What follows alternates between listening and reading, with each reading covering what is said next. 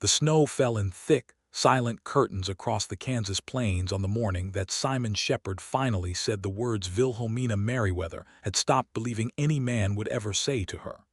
She had her back to him when he said it. She was standing at the frost-laced window of her farmhouse kitchen, watching the white world swallow the familiar contours of her land, her fence posts disappearing one by one into the pale erasure of the first November storm. Her hands were wrapped around a ceramic mug, and the coffee inside had gone cold because she had forgotten to drink it, because she had been standing there for 20 minutes arguing with herself about whether to ask him to leave before the roads became impassable.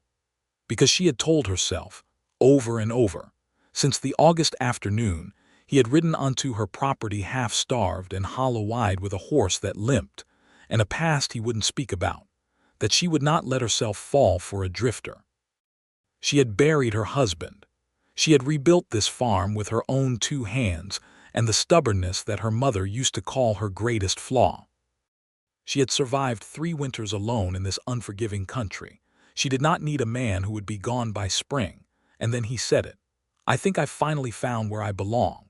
His voice was low and rough, the way leather gets when it's been worn soft by years of use. She felt the words land in the center of her chest like a stone dropped into still water, and the ripples moved outward until she could feel them in her fingertips. She did not turn around. "You don't mean that," she said. Her own voice came out steadier than she deserved. Wilhelmina, just her name, 3 syllables, and she had never heard her name sound like a complete sentence before. She finally turned, and Simon Shepard was standing in her kitchen doorway with snow still melting in his dark hair and his jaw set, and his green eyes fixed on her with an expression that looked like it had cost him everything he had left to wear openly. And she understood in that moment that they had arrived at the edge of something irreversible, and that one of them was going to have to be brave enough to step forward, or they were both going to lose something they could never recover. But to understand how they arrived at that snow-covered morning, you have to go back to August.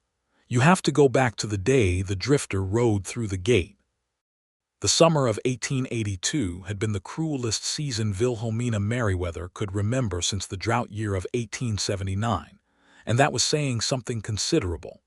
The corn had come up thin and yellowed. The creek that ran along the eastern edge of her property had dropped to a trickle by July, and she had spent more hours than she cared to count hauling water in a yoke and 2 buckets from the well to keep her kitchen garden alive.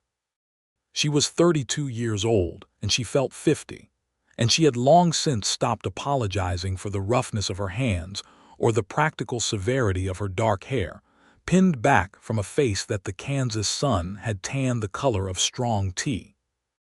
Her name was Wilhelmina Josephine Merriweather, née Caldwell, and she had been a widow for 2 years.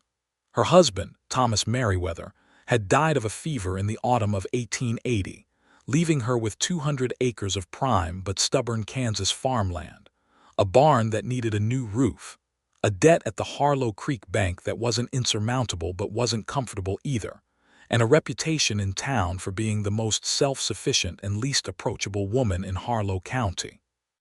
She did not mind the reputation. It kept the men at the Harlow Creek General Store from offering her unsolicited advice about crop rotation.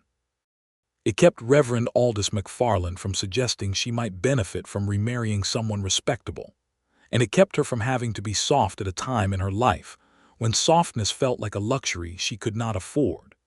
She had help from a hired hand, a 60-year-old Cheyenne man named Curtis Blue Feather who had worked her land since before Thomas died, and who said more with silence than most men said in an hour of talking. Curtis lived in the small cabin at the edge of the property near the north fence, and he knew the land the way Wilhelmina knew her own heartbeat, and she trusted him completely, which was more than she could say for any living human being. It was a Tuesday in the second week of August when the drifter came through the gate. She was in the yard mending a section of fence when she heard the horse first. A slow, uneven clop, the sound of an animal favoring a leg, and she straightened and squinted west toward the rutted road that ran past her property. The rider was coming from the direction of Dodge City, which was 40 miles distant across rolling grassland, and he was moving at the kind of careful pace that told you the horse was struggling and the rider knew it. He stopped at her gate. He was tall in the saddle, lean in the way men get when they haven't been eating enough, with dark hair curling at his collar and a jaw that hadn't seen a razor in at least a week. He wore a battered gray hat pushed back from his forehead, and a canvas coat that had seen more weather than she could guess at, and he had a bedroll and a rifle scabbard lashed to the back of his saddle with the economy of someone who had packed and unpacked 1,000 times and knew exactly what mattered and what didn't. He looked at her with green eyes that were tired in a way that had nothing to do with the road. "Pardon me, ma'am," he said. "I wonder if you might allow me to let my horse rest for an hour and water at your well. She's favoring her right foreleg and I'd rather not push her." Wilhelmina looked at the horse. It was a chestnut mare, and the right foreleg was indeed tender. The animal's coat was dull with travel dust and dried sweat. Whatever this man's story was, his horse had earned some charity, and Wilhelmina had never been the sort of woman to punish an animal for a man's sins. "Bring her through," she said. "Trough's by the barn." He touched his hat brim. "Much obliged." He dismounted with the careful deliberateness of someone whose body ached in ways they were trying not to show, and he led the mare through the gate. She noticed that he didn't tie the horse. He just stood beside her at the trough and let her drink, running one hand along her neck in a slow, reassuring stroke, and there was something in that quiet gesture, that uncomplicated tenderness toward the animal, that made Wilhelmina pause in her fence mending and watch him from the corner of her eye. "She pick up a stone?" she asked, coming over. "Probably. I've been checking her every hour, but I might have missed it." He crouched down and lifted the foreleg with practiced ease, and Wilhelmina crouched beside him and looked, and there it was, wedged into the frog of the hoof, a piece of pale limestone the size of a thumbnail. She went to the barn and came back with a hoof pick, and she handed it to him, and he worked the stone out with patient, careful movements. The mare exhaled in relief. "Where are you riding from?" Wilhelmina asked, because it was a reasonable question. "Dodge City," he said. "Before that, Colorado Territory. Before that, New Mexico. And where are you riding to?" He looked up at her with those tired green eyes, and there was something in them she couldn't immediately name. Not evasion exactly, more like the expression of a man who had been asked a question he genuinely didn't know the answer to. "Wherever seems right," he said. She stood up. "What's your name?" "Simon Shepard." "Wilhelmina Merriweather," she said. "This is my land." "Yes, ma'am." She looked at him for a long moment. He looked back at her without flinching, without putting on the performative charm that most men deployed when they wanted something from a woman alone. He just looked at her, level and honest, and let her take her time deciding. "Can you do barn work?" she asked. Something shifted in his expression, not surprise exactly, more like wariness. "I can do most things. My hired hand Curtis is mending a pasture fence today, and I have a barn roof that's been needing a second pair of hands all week. I'll pay you a fair day's wage and feed you supper. Your horse can rest in the paddock." He stood up and dusted his hands on his trousers. "That's more than fair, Mrs. Merriweather." "Miss," she said out of habit, even though the word still sat strangely in her mouth after 2 years. "Or Wilhelmina, either will do." And that was how it began. He worked with a focus and competence that impressed her despite herself. He didn't talk while he worked, which she appreciated. He didn't try to show off or explain what he was doing. He just did it, measuring twice and cutting once, moving with the sure economy of someone who had done physical labor for most of his life. By late afternoon, he had fixed 3 sections of the barn roof that had been leaking since the previous spring. And when she called him in for supper, he washed his hands at the pump outside with the kind of automatic thoroughness that suggested some degree of ingrained domestic habit. Curtis Blue Feather came in from the north fence as the sun was going down and assessed Simon Shepard at the kitchen table with the silent, measuring precision of a man who had seen a great many people and had long since stopped being surprised by most of them. He ate his supper. He said nothing. When he left, he caught Wilhelmina's eye at the door and gave a slight nod that she had learned to read as meaning he didn't object to the stranger's presence, which was the closest Curtis ever came to an enthusiastic endorsement. "You can sleep in the barn tonight if you need to," Wilhelmina said, after she had paid Simon his day's wage. "Your horse shouldn't be moving on that foot until tomorrow at the earliest." "I wouldn't want to impose," he said. "It's not an imposition, it's a practical arrangement," she said. "The barn is clean and there's spare bedding in the tack room." He looked at her for a moment and then he said, "Thank you, Wilhelmina." She liked the way he said her name. It wasn't a compliment or a performance. It was just the name said plainly, the way you'd say the name of something you respected. She went inside and told herself it was nothing. He was still there on Wednesday, because the mare's foot was still tender and she shouldn't be ridden. He fixed the paddock gate that had been sagging on its hinges for a month. She paid him again. He was still there on Thursday, because by then she had mentioned in passing that the east pasture fence had a section that had been knocked down by a storm in July and she hadn't gotten to it, and he had gone out that morning with Curtis, and the two of them had put it right. By Friday she had stopped telling herself it was nothing. He didn't talk about himself much, and she didn't push. She had enough dignity not to interrogate a man who was giving her an honest day's work, and she had enough sense to know that there were reasons a person might be disinclined to discuss their past, and that those reasons weren't necessarily sinister. The frontier was full of people who had left something behind. Half the population of Kansas had a history they'd rather not recite.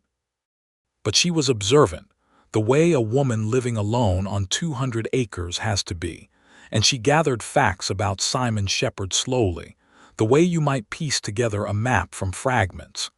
He knew horses better than almost anyone she had ever met. He knew doctoring, too, basic field medicine, and she had seen the small kit of medical supplies in his saddlebags when she had been helping him sort out some tangled gear, gauze and carbolic acid, and a packet of dried yarrow root. He could track weather by reading the sky with an accuracy that impressed even Curtis. He read when he thought no one was watching, pulling a battered volume from his coat pocket and reading by the barn lamplight in the evenings, and she caught a glimpse of the spine one night and saw it was Shakespeare. Shakespeare, a drifter with a medical kit and Shakespeare in his coat pocket. He had a scar along the left side of his jaw, pale and old, that spoke of a wound healed long ago. He had a smaller scar on his right hand, across the knuckle of his index finger, newer. He didn't drink, which was notable in a place and time when most men considered whiskey a basic dietary staple.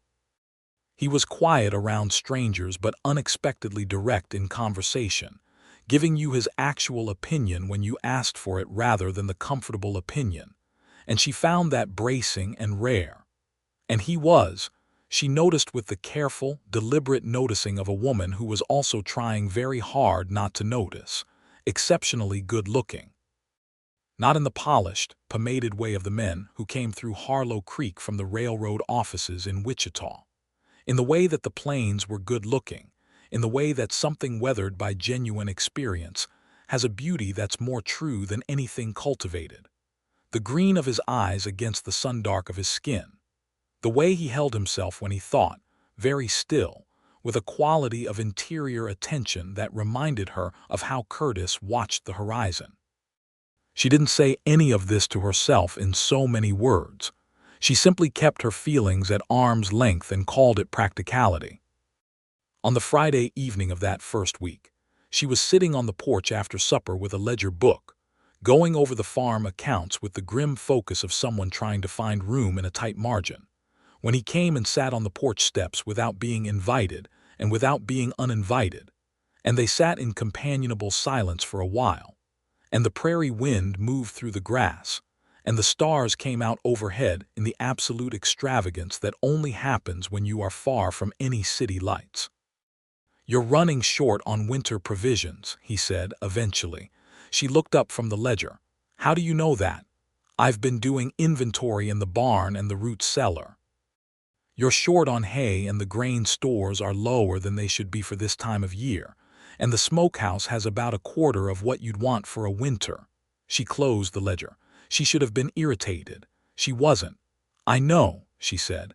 "I've been trying to figure out how to extend the margin. You've got a late crop of sorghum in the south field that's almost ready for harvest. If you get to it this week, before the weather turns, you can sell the surplus at the Harlow Creek market and use the cash to build up your stores." She hadn't thought of selling the surplus sorghum. She had been planning to keep it all for animal feed, but he was right that selling a portion and using the money to buy preserved goods would actually stretch further. "You've been thinking about my farm a great deal," she said. He turned and looked at her, and in the starlight his green eyes were very clear. "You've been thinking about it a lot harder and longer than me," he said. "I've just got fresh eyes." She looked back out at the prairie. "Why do you keep moving?" she asked. She hadn't intended to ask it, but the evening had a quality of openness that made her bolder than she would have been in daylight. He was quiet for a long time. The cricket's song filled the silence. "I was a doctor," he said finally. She turned to look at him. "Was." There was a patient, a family actually, father and 2 sons, ranching family out of New Mexico territory. The father was dying and he knew it, and he had business he needed to settle before the end, and I got pulled into a dispute about land and water rights and a neighboring ranching operation that didn't want to share the watershed. He paused. "It went badly. People died who shouldn't have died, and I couldn't save them, and by the end of it I wasn't sure if my being there had helped or made everything worse." "Were you responsible for their deaths?" He met her eyes. "Not directly. But I know what I could have done differently." "And so you left." "And so I left," he agreed. "And I've been leaving ever since." She understood that kind of guilt. She had her own version of it, the things she hadn't said to Thomas in time, the morning she had been sharp with him when he had been tired and feverish, and she hadn't known yet that it was serious, the week she had lost to stubborn pride before she had finally sent for the doctor from Wichita who had arrived too late regardless. "There's more to it than that," she said. "Not an accusation, an observation." He looked at her with those 2 clear eyes. "There's always more to it. If you're running from something that might follow you here and bring trouble onto my land, I need to know that."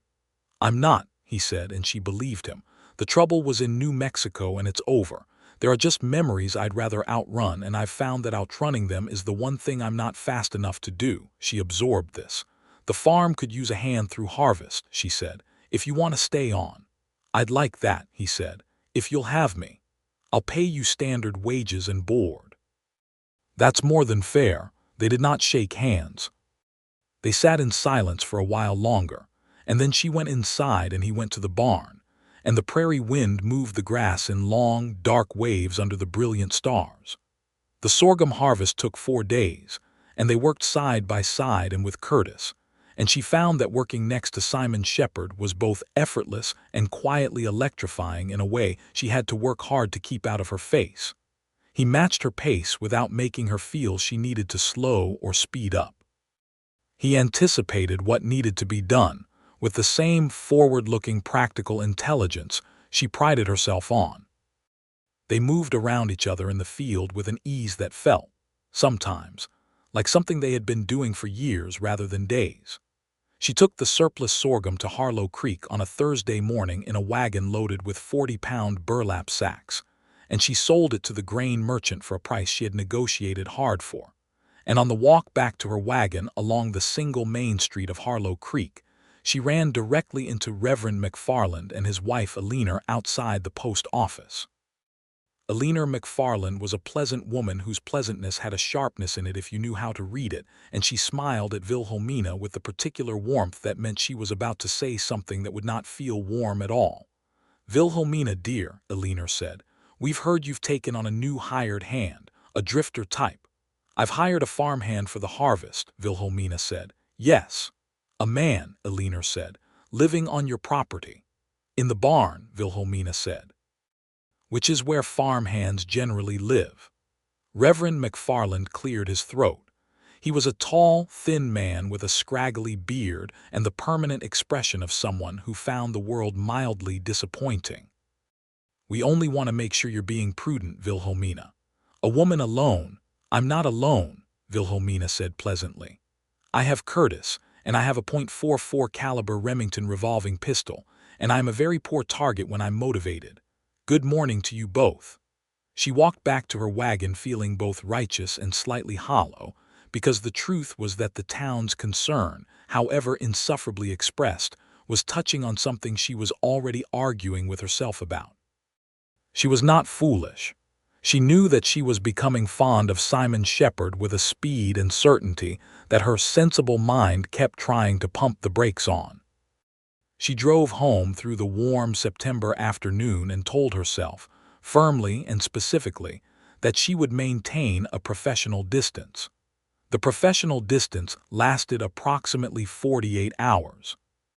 It dissolved on a Saturday evening when one of the hens got into the corn crib and panicked, and somehow ended up in the water trough. And the resulting chaos involved both Wilhelmina and Simon chasing a wet, furious chicken around the yard for the better part of 10 minutes while Curtis watched from the fence with the expression of a man who had found God through detachment from worldly matters.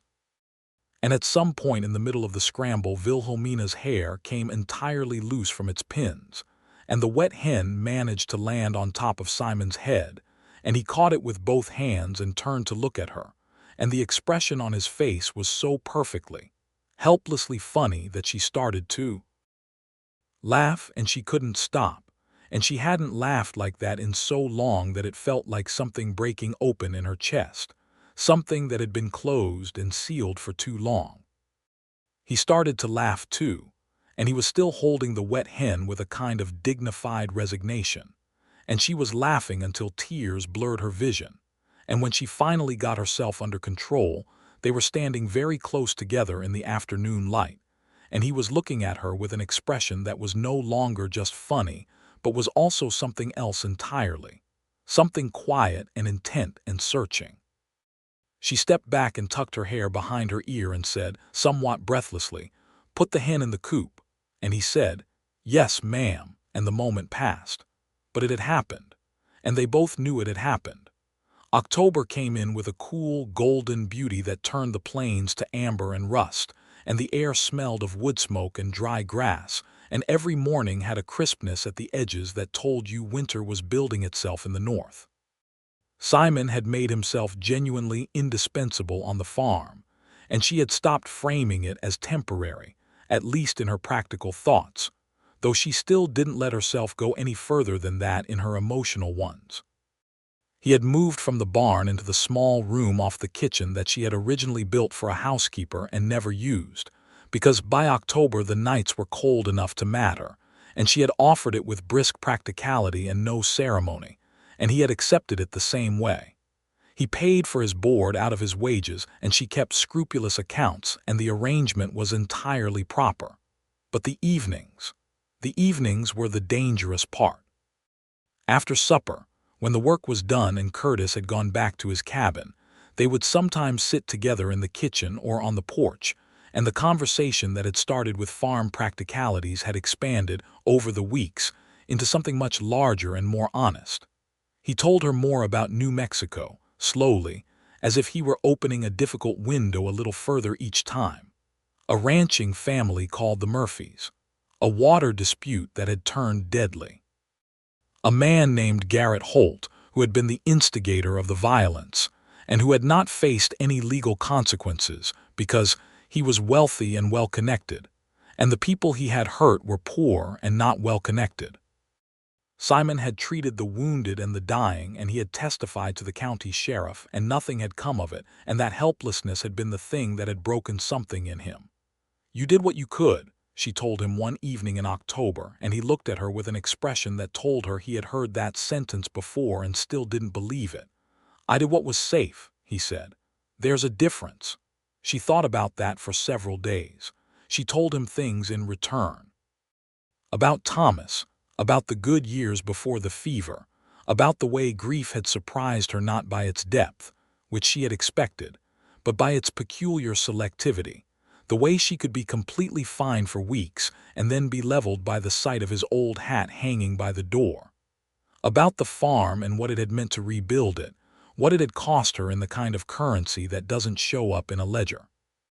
About her mother who had died when she was 12, and her father who had sold their farm in Ohio when she was 17 and moved them west and then died himself 3 years later, and how she had looked around at the Kansas plains at 20 years old and decided, with the specific stubbornness her mother had named, that she was not going to be displaced again. "This land is mine," she told him. "Everything I am is in it." "I know," he said. "I can see that." "It's what I can't make anyone understand," she said. "When the Reverend's wife looks at me with that expression like I should be something more domestic and manageable, what she doesn't understand is that this is the most domestic I am capable of being. This land is my home. It's not a hardship I'm enduring until something better comes along." "I understand that," Simon said, and there was something in his voice that wasn't just sympathy but recognition. In mid-October, a man came to the farm that made Wilhelmina's stomach go cold. His name was Harlan Devers, and he was the loan officer at the Harlow Creek First Bank. And he drove a very clean buggy and wore a very clean suit, and had a way of smiling that didn't involve his eyes. He came on a Wednesday afternoon when Simon was out in the north field with Curtis and Wilhelmina was alone in the yard. He told her, with the practiced gentleness of a man who had delivered this message many times, that the bank was calling in the balance of Thomas's loan, not the monthly payment, the full remaining balance, by the end of November. She kept her face still. "The terms of the loan don't allow for that," she said. "The terms were renegotiated after your husband's passing," Devers said. "You signed the new agreement yourself." "I signed an agreement for a modest increase in the monthly payment, not for an acceleration clause. Mrs. Merriweather, the language is quite clear." "May I see the document?" He produced a copy from his satchel, and she read it with the careful precision she brought to everything. And there it was, a clause buried in the third page in language she now recognized as deliberately obtuse, stating that the bank could require full repayment upon notice if it determined the collateral was at risk. "What collateral is at risk?" she said. Devers looked around at the farm with a carefully neutral expression. "Given the drought year, the bank has concerns about the property's viability." "The property is more than viable," she said. "I have the harvest accounts to prove it." "I'll be happy to review them," he said, in the tone of a man who intended to review them very closely and find them insufficient regardless. After he left, she stood in the yard with the copied loan document in her hands and felt the cold feeling spread from her stomach to her chest. She understood what was happening. Harlan Devers and the Harlow Creek First Bank had been buying up distressed properties along the county's prime water corridor for 2 years. She had heard about it from Curtis, who had heard it from people in town. Her land sat on the best stretch of that water corridor. They wanted it. And with Thomas gone and her accounts tight from the drought year, they thought they had a legitimate pathway to take it. She was still standing there when Simon came back in from the north field. He took one look at her face and stopped walking. "What happened?" she told him. She had not intended to tell him, had intended to handle it herself the way she handled everything, but the words came out before she could stop them, and she was grateful for that because he listened with absolute stillness and then said, "Can I see the document?" He read it the way she had, carefully, and then he looked up. "This acceleration clause relies on the bank's determination of risk, which is subjective. If you can demonstrate in writing that the property is not at risk, the clause may not be enforceable. Do you have a lawyer?" "Not in Harlow Creek," she said. "There's a solicitor in Dodge City." "Write to him today," Simon said. "Send it with the Morning Post, and put together everything you have showing the property's financial position. Every account, every receipt, every record of improvement." "That will take, I'll help you," he said. "Tonight, if you want." She looked at him. He was standing in the afternoon light with a smear of field dirt on his jaw and his green eyes very clear and direct. "You don't have to," she started. "Wilhelmina." He said her name the way he always said it, like something true. "Let me help." They worked until nearly midnight at the kitchen table, and the lamp burned low and the coyotes sang somewhere in the distant dark. And Simon organized her accounts with the systematic thoroughness of someone who had been trained to think analytically. And by the end, They had a comprehensive financial summary that showed, clearly and undeniably, that the Merriweather property was not merely viable, but was in a stronger position than most farms in the county. She wrote the letter to the Dodge City solicitor at the kitchen table at midnight, and when she sealed it, she sat for a moment with her hands flat on the table, feeling something loosen in her chest. "Thank you," she said. He was putting the account books back in order across the table, and he looked up at her in the lamplight. "You built something remarkable here," he said. "Don't let them take it." "I don't intend to," she said. "I know," he said, and the way he said it made her feel seen in a way she hadn't felt in years. The letter reached the solicitor, a competent and sharp man named Arnold Pritchard, by the following Friday, and his reply came the next Wednesday, and it was everything she had hoped for. Pritchard believed the acceleration clause was legally questionable, and that if she provided the financial documentation he could contest the bank's action and delay any forced repayment through the winter. He also noted that he had heard of several similar cases involving the Harlow Creek First Bank, and that there was a growing possibility of a formal investigation by the state's bank superintendent. She read the letter to Simon and Curtis at the supper table, and Curtis made a sound that from him was essentially a standing ovation. "It's not over," she said. "No," Simon agreed, "but the ground's more solid." October deepened and the nights grew long and cold, and something between them was deepening at the same pace, like two rivers running parallel that were slowly approaching the point where they would have no choice but to join.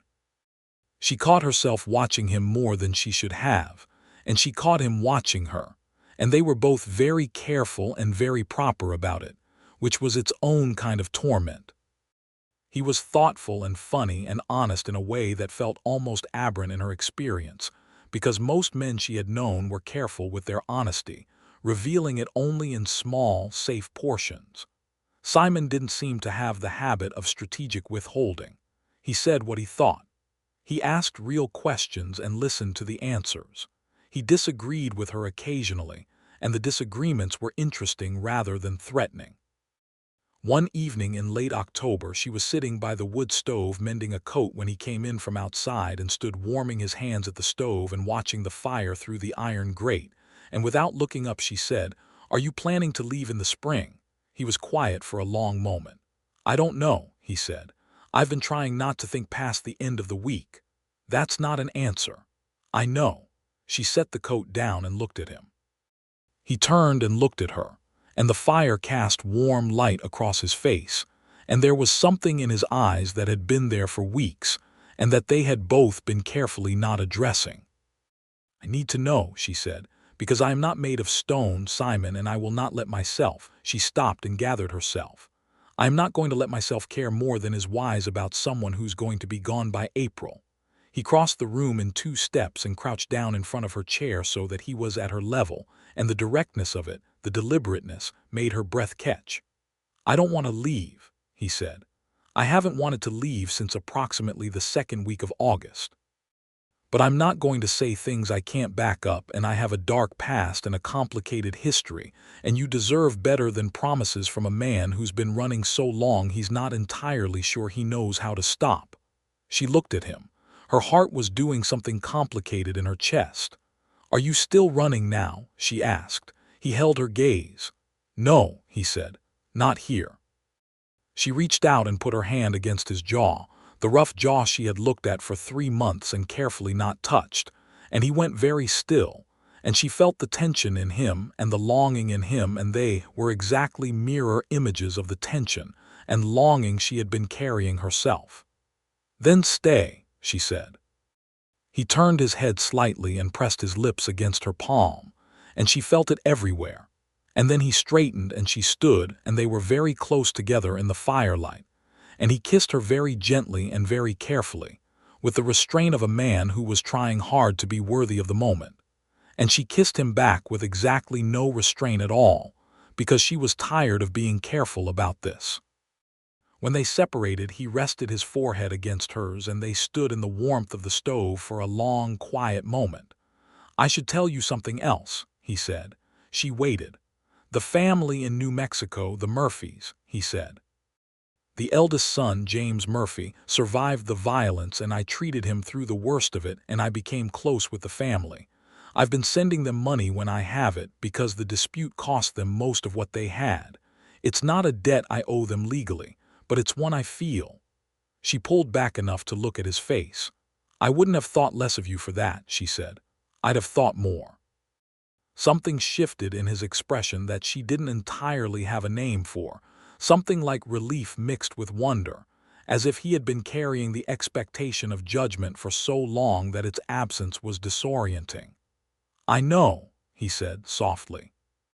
"I'm starting to understand that about you." November came with a violence that the plains reserved for people who had started to relax. The wind came from the north with a cutting fury, and the temperature dropped 15 degrees in a single afternoon, and the sky turned the color of old pewter, and everyone with any frontier sense understood that winter was no longer building. It had arrived. Wilhelmina and Simon and Curtis spent 3 furious days laying in the last of the winter provisions, sealing the barn against drafts, moving the livestock to the protected south paddock, and banking the base of the farmhouse with sod bricks against the coming cold. It was hard, urgent work, and they did it with the focused efficiency of people who understood what was at stake, because on the frontier, not preparing properly for winter was not merely an inconvenience. It was a potential death sentence. On the third evening of those preparations, a rider came from Harlow Creek with a letter from Solicitor Pritchard, and it was good news but complicated good news.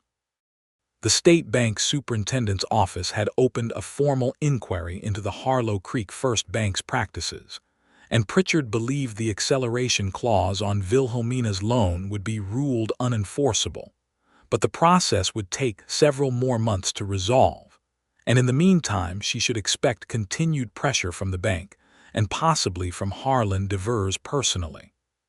She read the letter at the kitchen table while Simon and Curtis were still outside finishing the last of the sod banking, and she felt the complicated mixture of relief and continued anxiety that had been her baseline emotional state since Devers had come to the property in October. The farm was safe probably eventually, but the threat was not gone yet.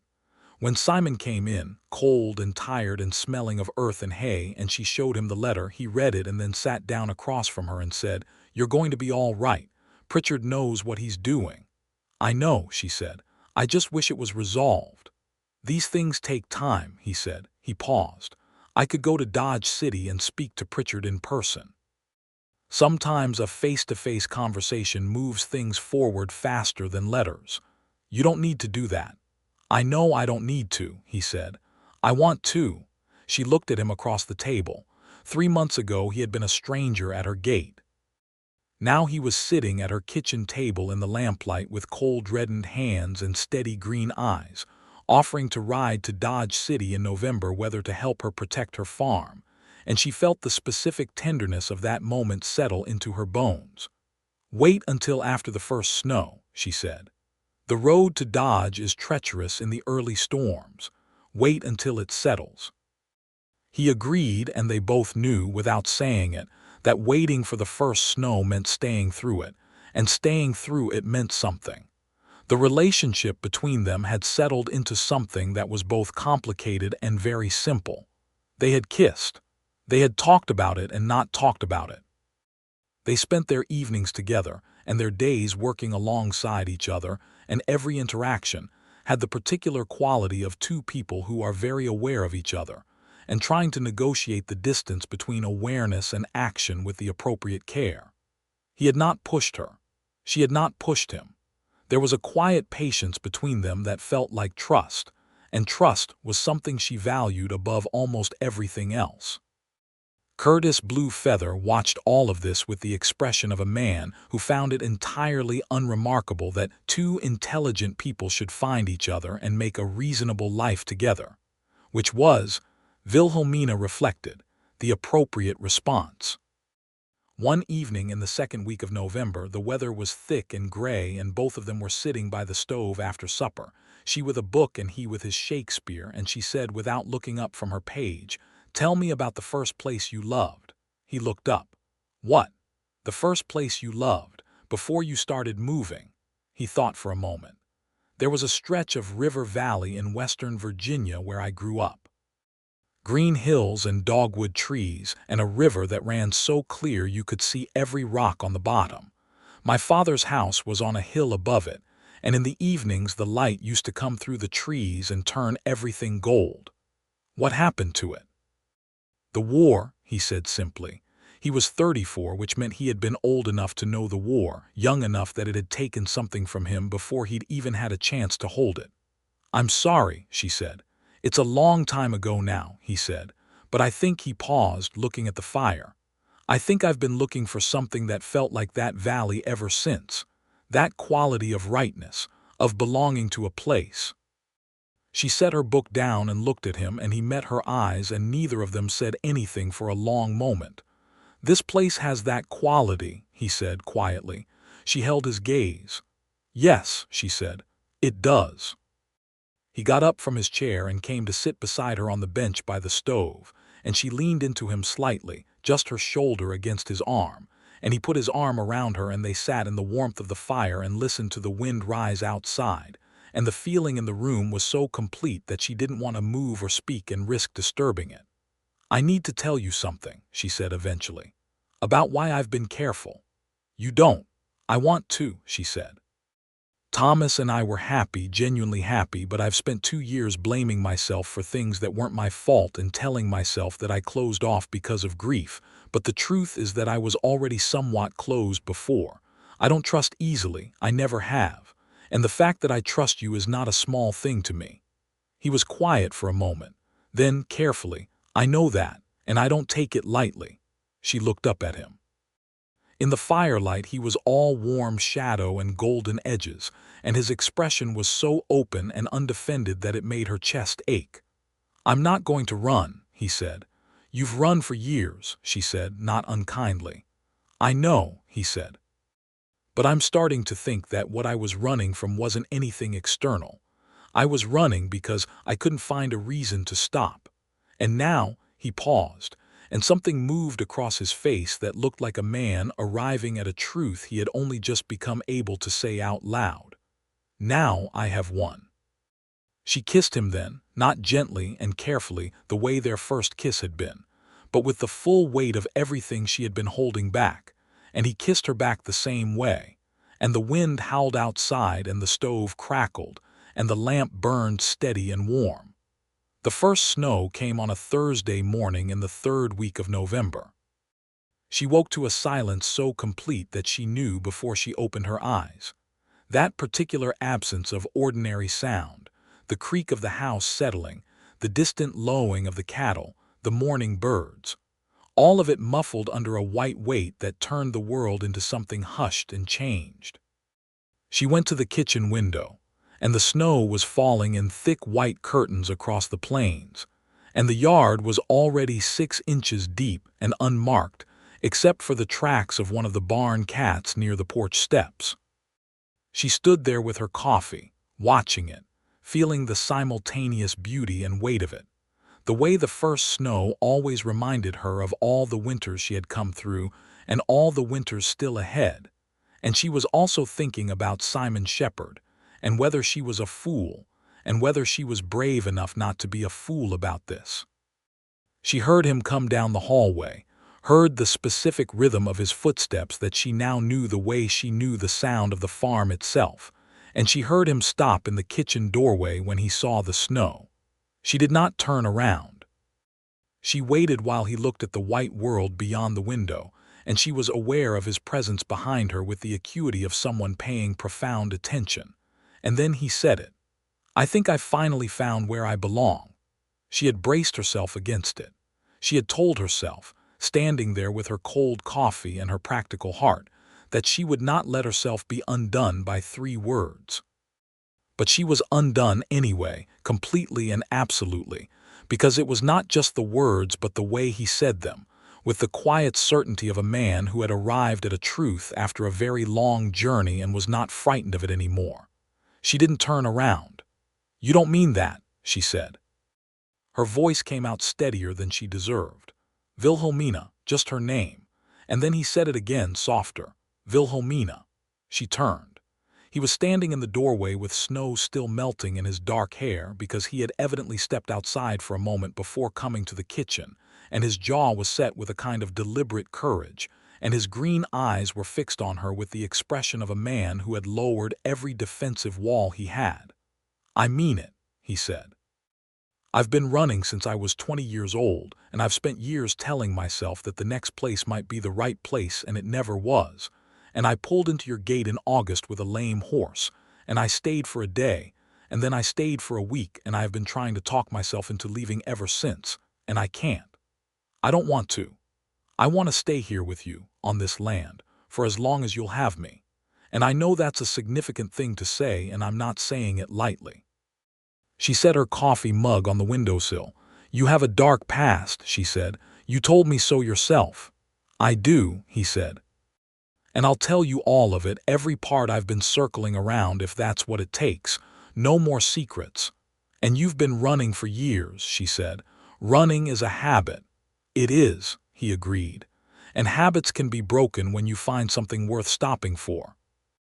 She looked at him for a long moment, across the kitchen in the white light of the snow, and she thought about everything she knew about Simon Shepard, the competence and the care and the honesty, the tenderness toward his horse and the kindness to Curtis, the nights at the kitchen table organizing her accounts, and the evenings by the stove trading histories like they were giving each other gifts. She thought about the way he said her name. "If you stay," she said carefully, "you stay, not through spring, not until you feel restless again, you stay." "Yes," he said. "This farm is my whole life," she said. "I need you to understand that. It's not a project I'm working on, it's who I am." "I know," he said, "and it's one of the reasons." "The reasons for what?" He crossed the kitchen in 4 steps, and he took her face in his hands, and he looked at her with those clear green eyes in the snowlight with a steadiness that felt like bedrock. "The reasons I love you," he said. She closed her eyes for a moment.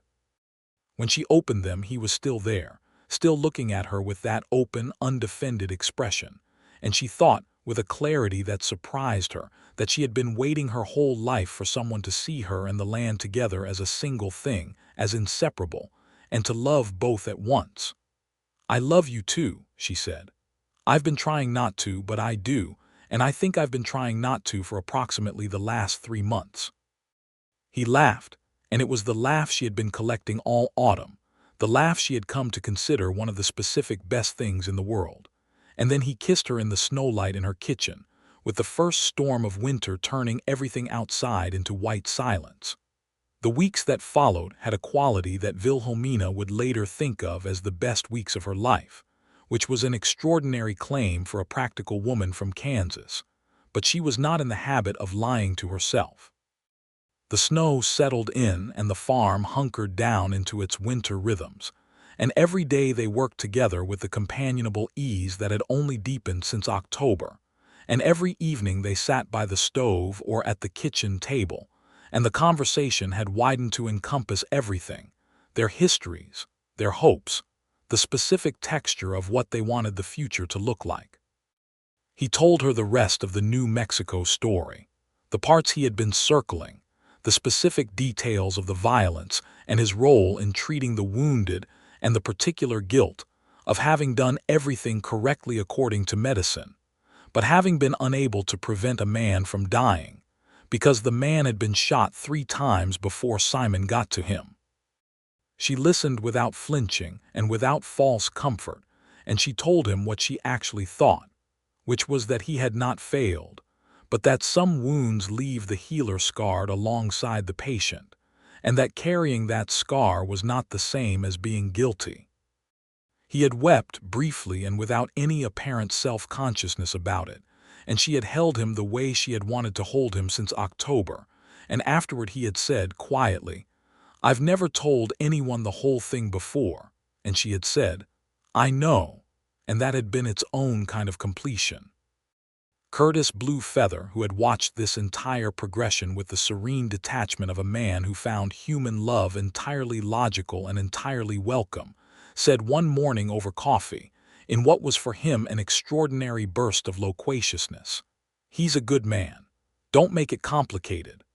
Wilhelmina had looked at Curtis and said, "When have I ever made anything complicated?" Curtis had looked back at her with an expression that encompassed approximately 3 months of careful observation, and said nothing, which was the most eloquent response available. In early December, Arnold Pritchard wrote from Dodge City, with news that the State Bank Superintendent's office had issued a formal finding that the Harlow Creek First Bank had been using fraudulent acceleration clauses in property loans to attempt to force foreclosure on viable farms along the county's water corridor, and that 7 other property owners had come forward with similar complaints, and that Harlan Devers had been suspended pending a full investigation. Wilhelmina's loan was reinstated on its original terms, and Pritchard estimated that the full investigation would likely result in a significant reduction of the remaining balance as a settlement for the bank's conduct. She read the letter at the kitchen table with Simon sitting across from her, and when she finished, she set it down very carefully and sat for a moment with her hands flat on the table. "It's over," she said. "The farm is yours, free and clear," he said. "It was always mine," she said, "but now it's documented." She looked up at him. "I would not have navigated this without you." "You would have," he said. "You're the most capable person I know." "I would have gotten there eventually," she said, "but you made it faster and I was less alone in it. That matters." He reached across the table and put his hand over hers. "You're not alone in any of it anymore," he said. "Not if you don't want to be."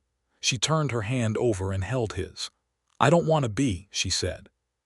He rode to Dodge City in the second week of December, when the weather gave a brief reprieve between storms, and he met with Arnold Pritchard in person and reviewed all the documents and made sure every legal thread was secured. And he was gone 3 days, which were the longest 3 days Wilhelmina could remember since Thomas died, and she was furious at herself for feeling that way. And then he came back on a cold, clear afternoon with a horse whose limp had entirely resolved, and a look on his face that was the opposite of the look he had worn when he first rode through her gate. And she met him in the yard, and he swung down from the saddle and kissed her in front of Curtis, who was mending a harness by the barn and who made a sound of profound philosophical satisfaction, and went back to his harness. Christmas came to the Merriweather farm with a quiet joy that Wilhelmina had not felt at Christmas since the last year of Thomas's life. She and Simon cut a small juniper from the grove at the edge of the east pasture, and brought it inside and decorated it with the few ornaments she had kept, small painted tin stars and strung dried rosebuds, and a length of red ribbon that had come from a long-ago dress. Curtis came for Christmas dinner and brought a smoked haunch of venison that was extraordinary, and they sat around the kitchen table with candles and good food and the satisfaction of people who had worked hard for everything they had. After Curtis left that evening, Simon put something on the kitchen table in front of Wilhelmina. It was small, wrapped in a piece of brown paper. She opened it and found a ring. Silver, simply made, with a small inset turquoise stone the exact color of the summer sky over Kansas. She looked up at him. He was standing on the other side of the table, and he looked nervous for the first time since she had known him, genuinely, humanly nervous, and it made her love him sharper. "I bought it in Dodge City," he said, "when I was there in December. I've been carrying it for 3 weeks trying to figure out the right moment, and I've concluded that there isn't a right moment, there's just a moment, and this is it." He came around the table and stood in front of her. "I am asking you to marry me, Wilhelmina Josephine Merriweather. I am asking you because I love you, and because this land and this life are the best things I've ever been lucky enough to be near, and because you are the most remarkable woman I have ever known, and because I want to stop being a drifter and start being someone who belongs somewhere, and the only somewhere that has ever felt right is here, with you." She looked at the ring in her hand. The turquoise was the exact color of the sky in August, on the day he had ridden through her gate with a lame horse and tired eyes, and the rightness of that felt like something more than coincidence. "Yes," she said, simple and complete. He put the ring on her finger and she stood, and they held each other in the candlelight of the Christmas kitchen, while the winter wind moved over the plains outside, and the farm was quiet and safe around them, and the cattle were settled in the south paddock, and the hay stores were full, and the loan was secured, and the snow lay clean and white over everything, and the future opened before them like a country they were finally ready to explore together. They were married in February, on a clear, cold day when the snow had compacted to a hard crust, and the air was sharp and bright, and the sky was the deep, saturated blue of winter at its height. The ceremony was held in the Harlow Creek Church with Reverend McFarland officiating, which was a concession to the community's expectations that Wilhelmina made with moderate good grace and Simon made with complete equanimity because he understood, as he often did, what battles were worth fighting. Eleanor McFarland cried at the wedding, which Wilhelmina found surprising enough that she mentioned it to Simon afterward, and he said, not unkindly, "She wanted something good for you. She just had a confused way of showing it." And Wilhelmina thought that was probably true and was annoyed to have to agree with it. Arnold Pritchard came from Dodge City, which was more than she had expected, and he said at the small reception afterward that it had given him genuine pleasure to work on her case, and that the bank investigation was progressing well, and that she would likely see a formal settlement by summer. Curtis Blue Feather stood at the back of the church in a dark coat that Wilhelmina had never seen before and which fit him perfectly, and he smiled at her when she came down the aisle, and his smile was the one she valued most in the room. She wore a dress of deep blue wool that she had made herself from fabric she had ordered from Wichita in January, and she had let her dark hair down in waves because it was her wedding and she could do as she liked. And the expression on Simon's face when he saw her at the end of the aisle was something she planned to keep for the rest of her life. They drove back to the farm in the late afternoon, just the two of them in the wagon, with the horse's breath pluming white in the cold air, and the winter plains rolling away in every direction under the brilliant blue sky. The farm came into view as they topped the last rise, the farmhouse and the barn and the outbuildings and the straight lines of the fences, and the smoke rising from the chimney that Curtis had kept burning for them, and it was beautiful the way that things are beautiful when you know them truly. Simon stopped the horses at the top of the rise and they sat for a moment looking at it together. "How does it look to you?" she asked. "Like home," he said. Spring came to the Merriweather farm, which was now also the Shepard farm, and Simon did not leave. She had known he wouldn't. She had believed him in November when he said it, and she had gone on believing him through every subsequent day.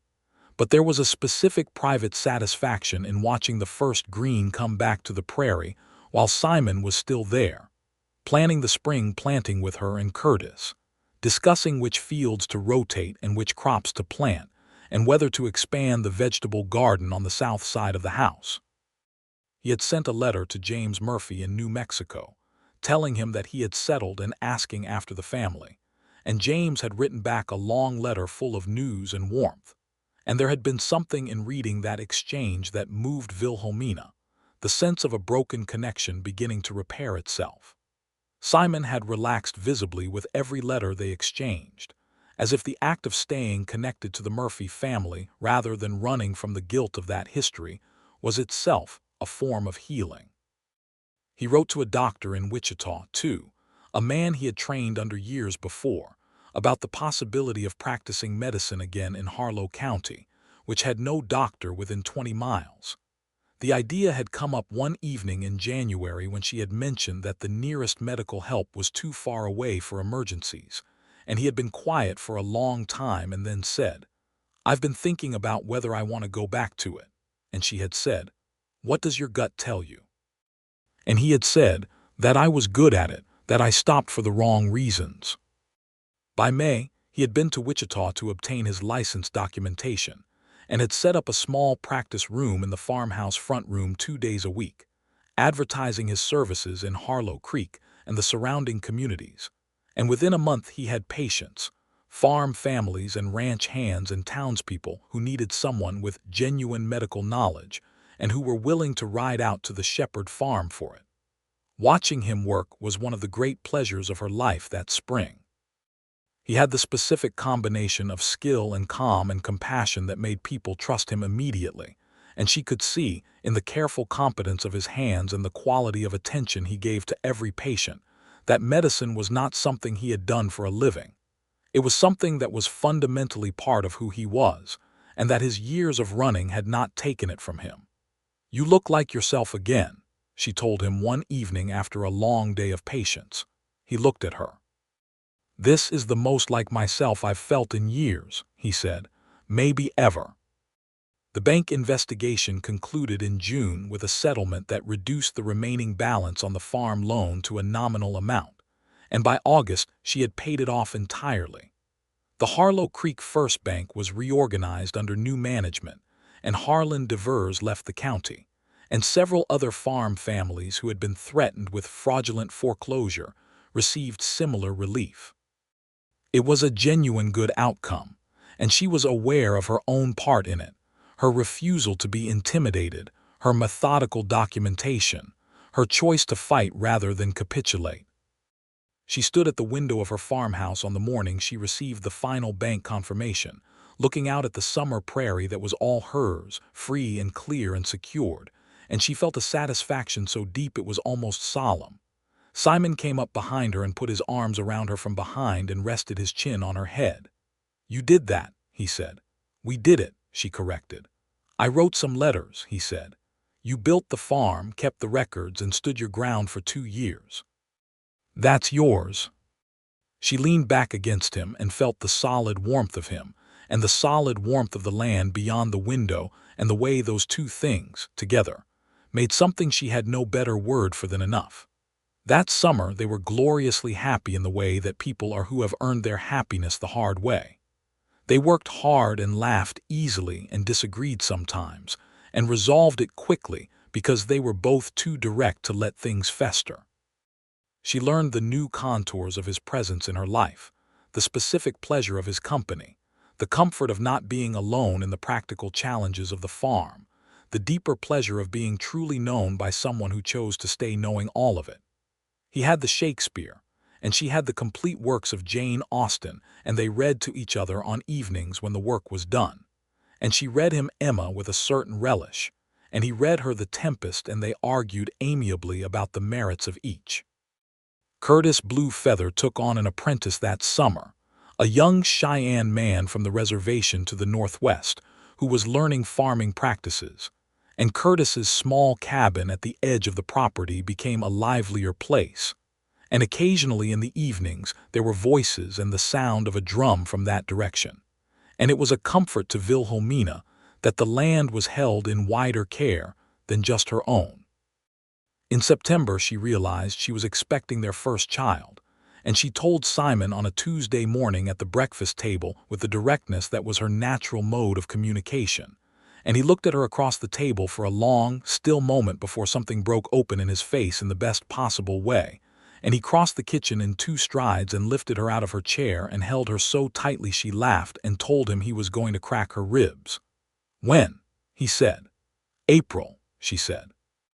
"If I'm calculating right, and I usually am." He put his hands on her face and looked at her with an expression that combined every kind of love available into a single, overwhelming look. "April," he said. "You'd better not be too busy doctoring people when the time comes," she said, which was the most practical sentence she had ever delivered while being somewhat overwhelmed by emotion. "I will deliver our child personally," he said, "and if anyone in Harlow County requires emergency medical attention during that specific window, they will simply have to wait." She laughed and he kissed her, and she thought that this was the best September she had ever lived through. The second winter came, and it was gentler than the first. Or perhaps it was just that having someone beside you in the cold changes its quality entirely.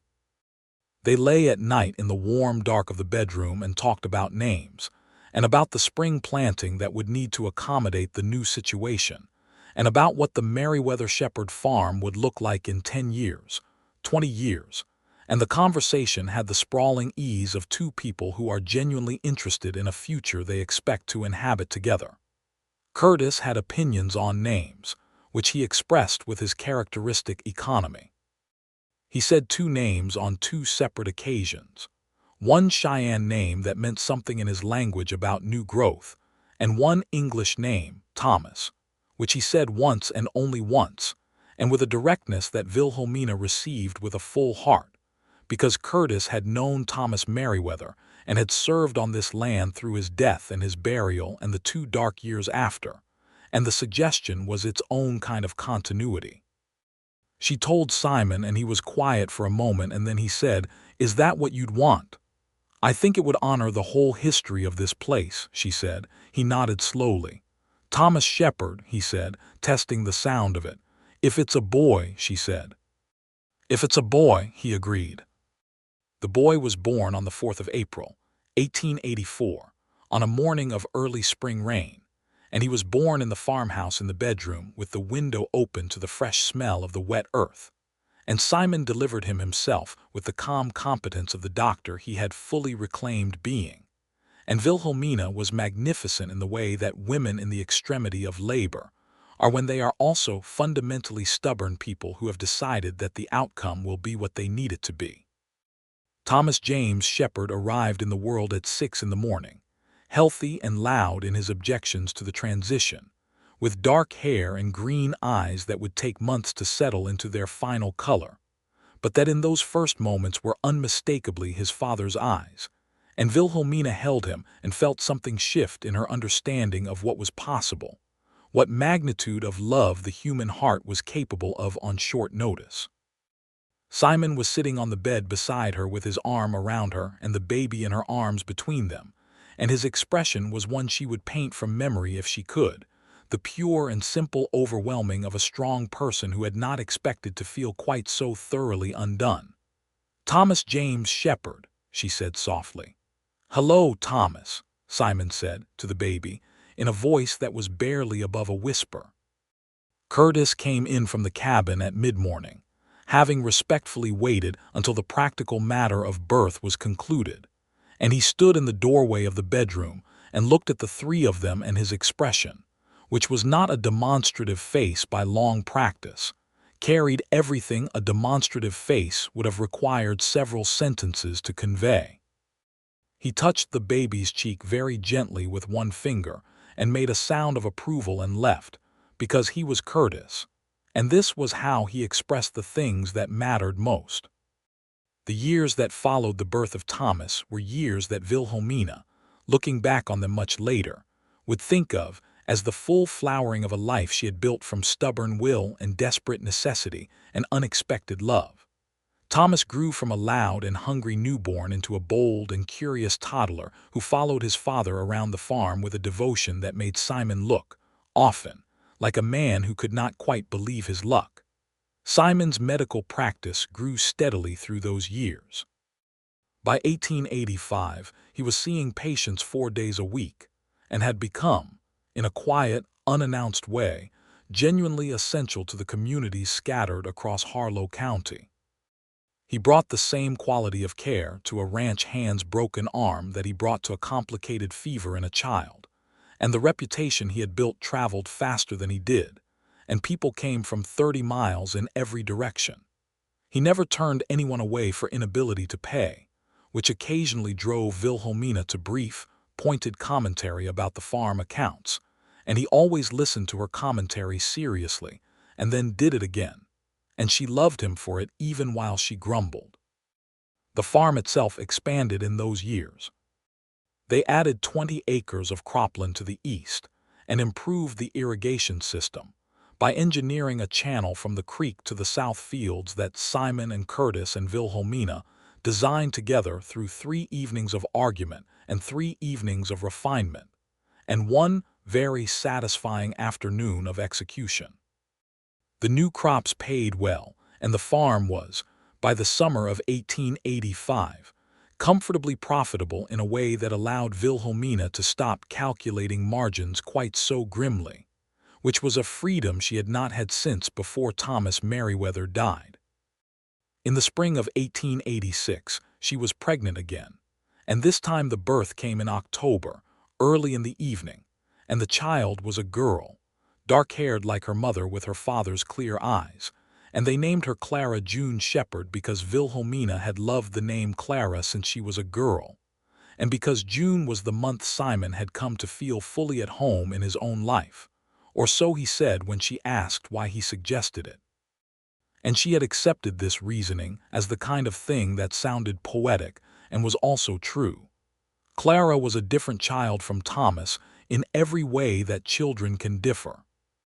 Where Thomas was bold and loud and certain, Clara was watchful and precise and funny in a dry, early developing way that made Curtis laugh, which was something almost no one else could reliably do. She walked at 10 months and talked in full sentences at 18 months, and by the time she was 2, she was following Wilhelmina around the kitchen with an expression of focused determination that was, as Simon observed, exactly Wilhelmina's own face in miniature. Curtis Blue Feather, who had become in every meaningful sense the children's other grandfather, taught them the names of things in Cheyenne alongside their English names, and he took Thomas out onto the land with him on his slow daily surveys of the property, and showed him the way to read the grass and the sky, and the soil with the patience of someone passing down knowledge that had been passed to him. And Wilhelmina watched this with a fullness of heart that she had no adequate language for. She thought, sometimes, about the people who had tried to take this from her. Harlan Devers and the bank and their acceleration clauses and their clean suits and their misplaced certainty that a woman alone was easy prey. She thought about what she might have lost and what she had instead, and she felt not just relief but a kind of active gratitude that bordered on defiance. One evening in the autumn of 1887, she was sitting on the porch with Simon as the sun went down over the Kansas plains, the same porch where they had talked on summer evenings years before, now with 2 children asleep inside and the full weight of everything they had built between them, and the prairie wind moved through the grass the way it always had, the same wind she had lived beside her whole adult life. "Do you remember what you said the morning of the first snow?" she asked. He turned to look at her. "That I thought I'd finally found where I belong. Did you mean it then the way you mean it now?" He was quiet for a moment, which was the quality in him she had loved from the beginning that he actually thought before he answered. "I meant it then with hope," he said. "I mean it now with certainty. Those are 2 very different things." She took his hand. The plains spread out in front of them in the purple dusk, the same land that had been hers since she had looked at it at 20 years old and declared herself its keeper, and now it was theirs, and it was their children's, and the future it held was one she could face without the grinding loneliness that had been her constant companion for too many years. "I was afraid of you," she said, "when you first arrived. Not of you specifically, of what it would mean to let myself want something I couldn't be sure of keeping. You kept it," he said.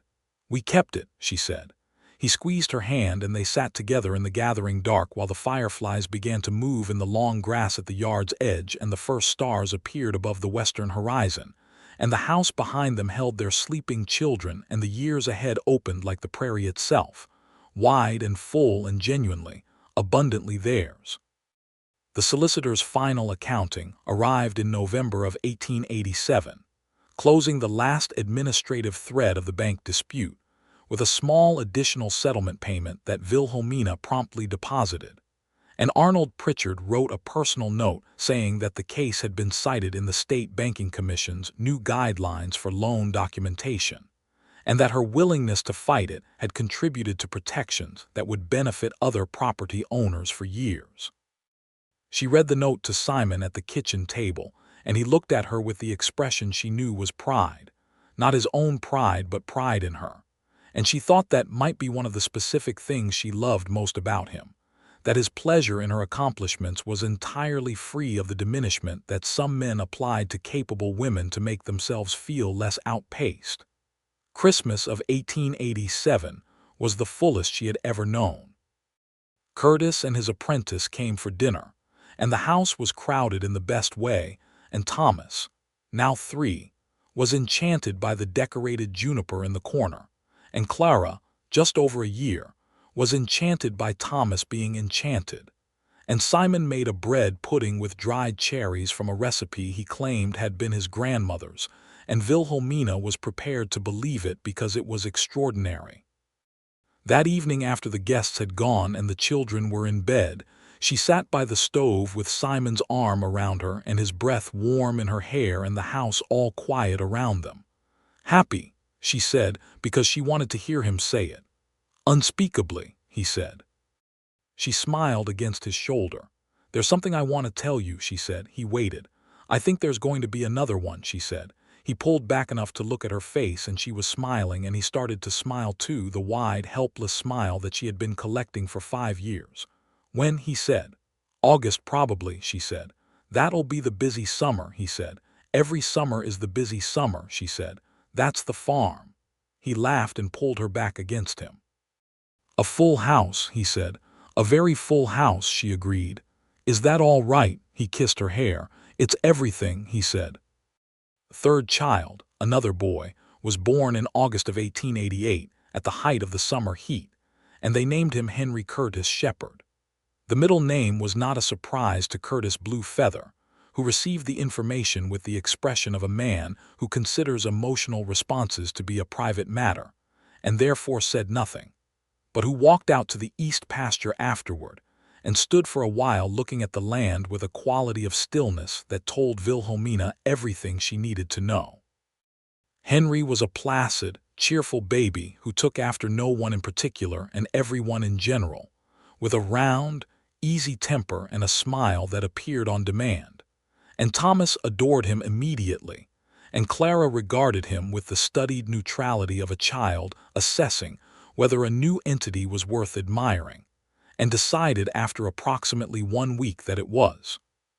Simon continued his medical practice, and it continued to grow, and by 1889 he had trained a young man from Harlow Creek, a recently arrived immigrant from Germany named Friedrich Baumann, to assist him and eventually to take over some of the patient load, because even Simon Shepard, who was competent in most things, could not be a full-time farmer, a husband and father of 3, and the sole physician for 30 miles of Kansas countryside all at once without some assistance.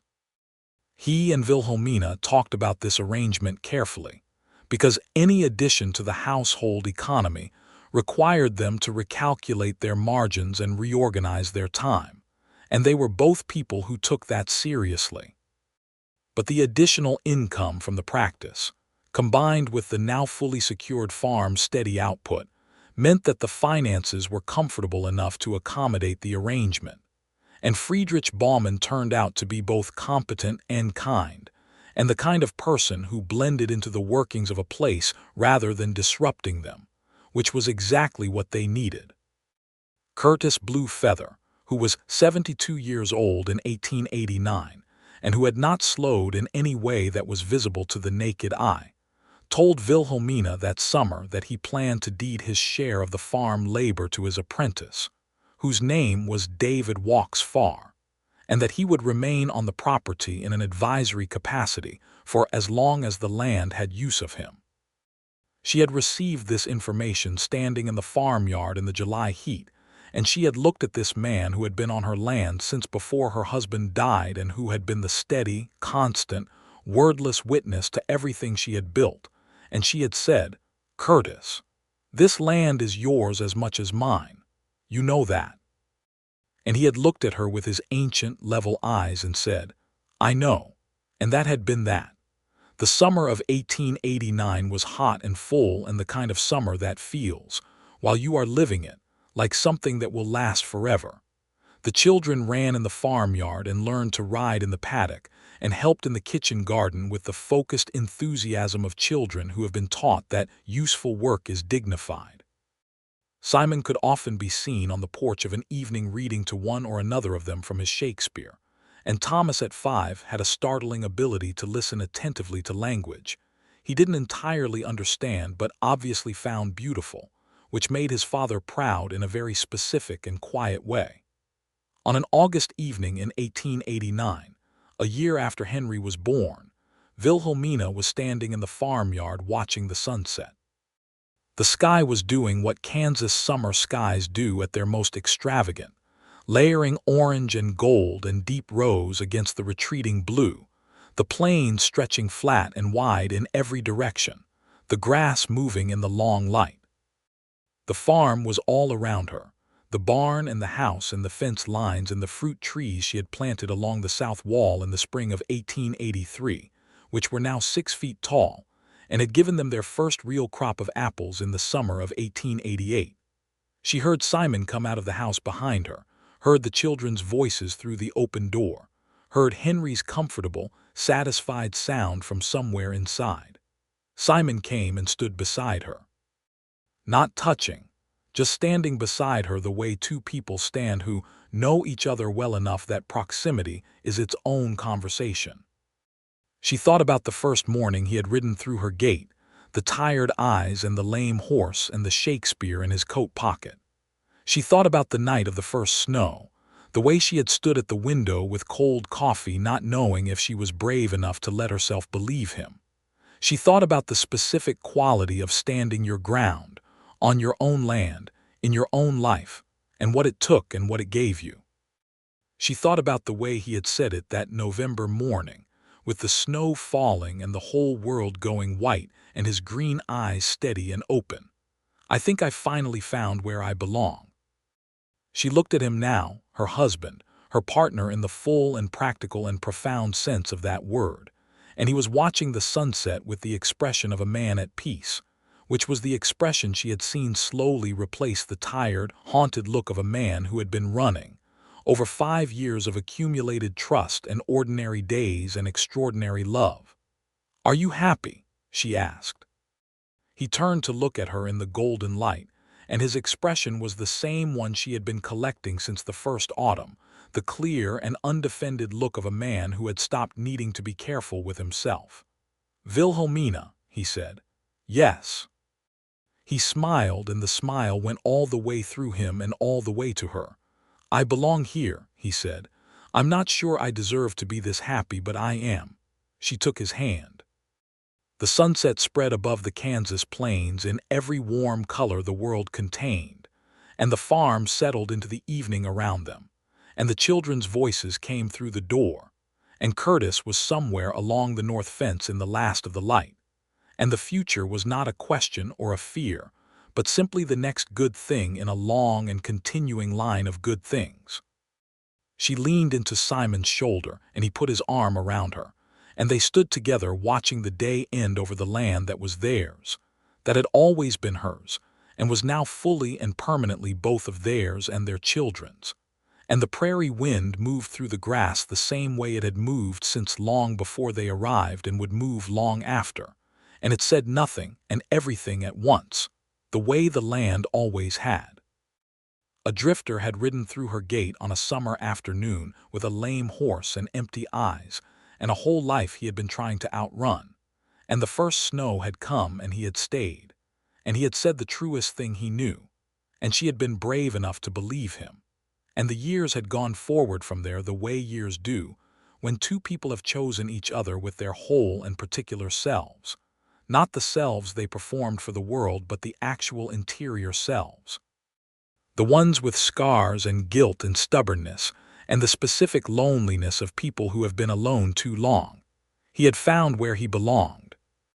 She had found that belonging was not a fixed quality of solitude but something that could expand, could include another person and then children, and then a whole life woven together from work and love and the honest dailiness of shared existence. The sun went down over the Kansas plains.